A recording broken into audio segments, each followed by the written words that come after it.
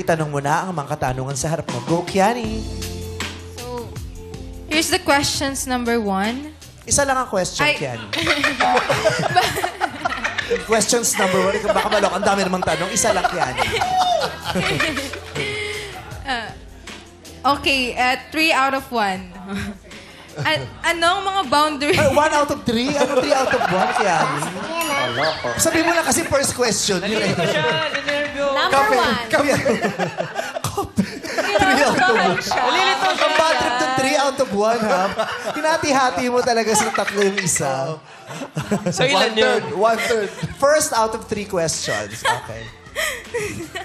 Tawang-tawa kaya ni sa kabalbalan mo. Huwag kang tumawa, ikaw pinagtatawa na. Joke lang. Go, Kiani. So, ito na. Anong mga boundaries ang isa-set mo sa sarili mo kapag may jowa ka na? Ano mga boundaries? Ano ibig sabihin nun? Yung mga boundaries sa sarili mo, halimbawa, may jowa ka na. So, in order for you na ma-maintain yung relationship nyo, dapat hindi ka na mag-entertain ng iba. Naku, Dapat yun yung magsasat ka na ng boundary. May pinarinig. Parang ganon. Oo. So kung magkakajowa ka, Lance, ano yung mga boundaries na ikaw mismo iseset mo sa sarili mo, para sa sarili mo? Bale, for me po, parang iiwasan ko rin po na magkaroon ng mga bagong babaeng kaibigan. Kasi minsan po may tendency po ako na maging masyadong friendly. Ganon. So, lalagay po ako ng boundaries sa sarili ko. Kasi especially po na alam ko po ngayon na may parang past trauma po si Kiani na may third party.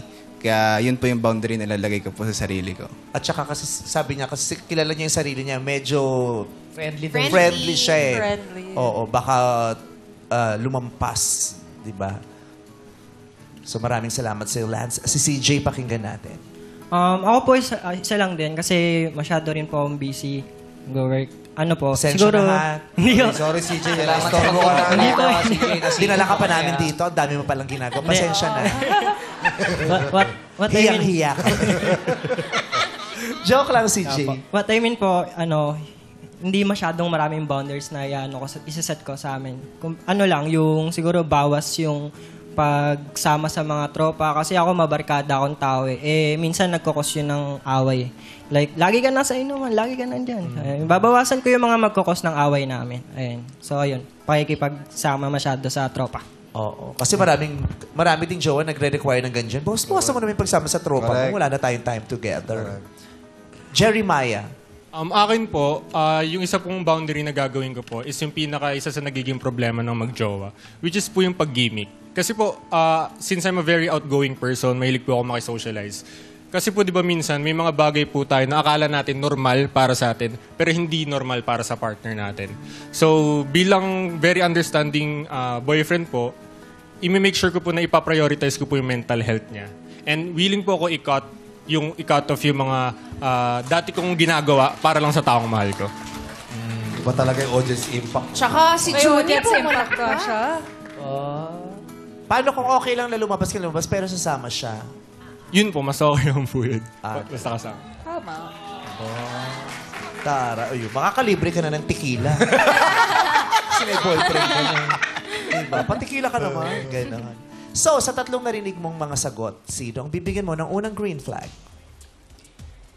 For me, unang green flag ko is Searchy number 3. Wow! Why?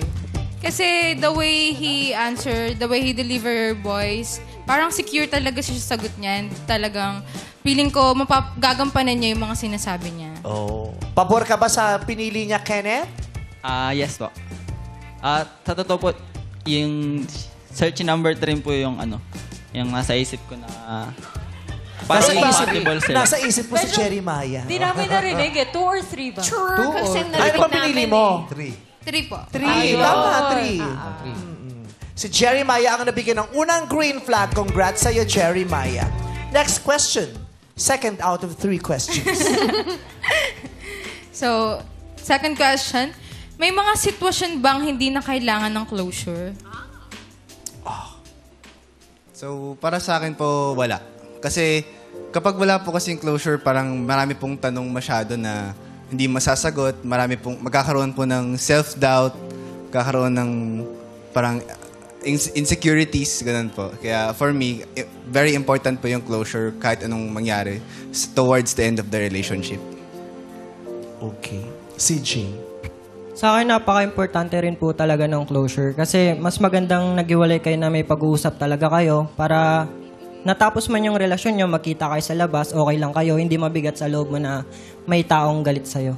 Ayun. Ayun lang po. Thank you, CJ. Jeremia. For me po, Jeremiah. For me po, lagi pong dapat kailangan may closure. Bakit po? Kasi based po from my experience sa ex ko po, di po kasi ako nabigyan ng maayos na closure nun. And since ngayon po, na-realize ko na dapat po natin laging bigyan ng closure, maliit man na pain yan or malaki. Kasi po gusto ko po yung, alam mo po yun, yung masarap po sa feeling na matutulog ka, wala nang sama ng loob.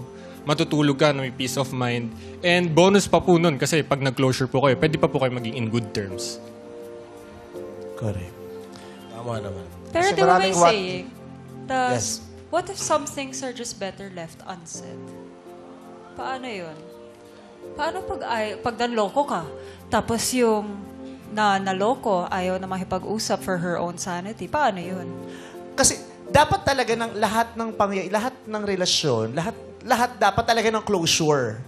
Lahat dapat may closure. Pero ano ba yung closure kasi na tinutukoy Para mo? sa'yo. Closure ba yun na ibibigay nung isa? O closure mo na ibibigay mo mismo dun sa Sa sitwasyon mo?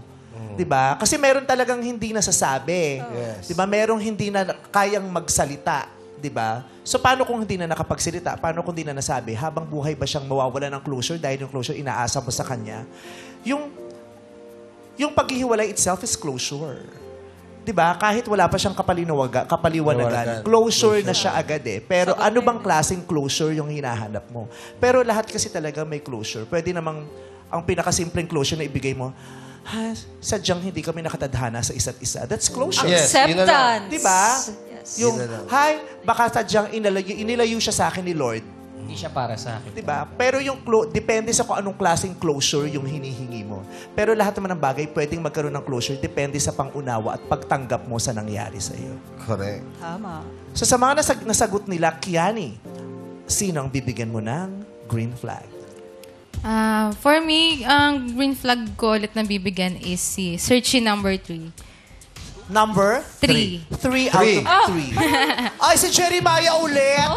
So naging madali ang mga pangyayari, ang paghahanap ng kadate ni Kiani dahil dalawang magkasunod na green flags ay ibinigay niya kay Searchy number 3. Tama-tama yung sinabi niya. 3 out of 1. 3. Yes! Sangayon siya kay Kenneth. Eto muna ang mga searching hindi mo napili. Searching number 1, Lance, magpakilala ka na. Go, Lance! Hi, Kiani. Thank you sa opportunity and sana mag-enjoy ka sa date niyo ni Jeremiah. Thank you, Lance. Heto naman, ang isang search na hindi mo napili. Magpakilala ka na. Eto. Hi, Kiani. Wala akong masabi. Basta deserve mo yung napili mo.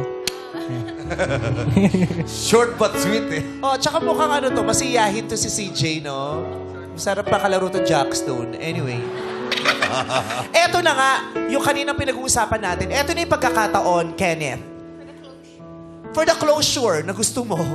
'Di ba? Kung ano yung hindi mo nasabi pero gusto mong sabihin, ano yung sasabihin mo pero hindi ka nabigyan ng pagkakataon, ano yung gusto mo sanang marinig ni Kiani, sabihin mo na, Kenneth.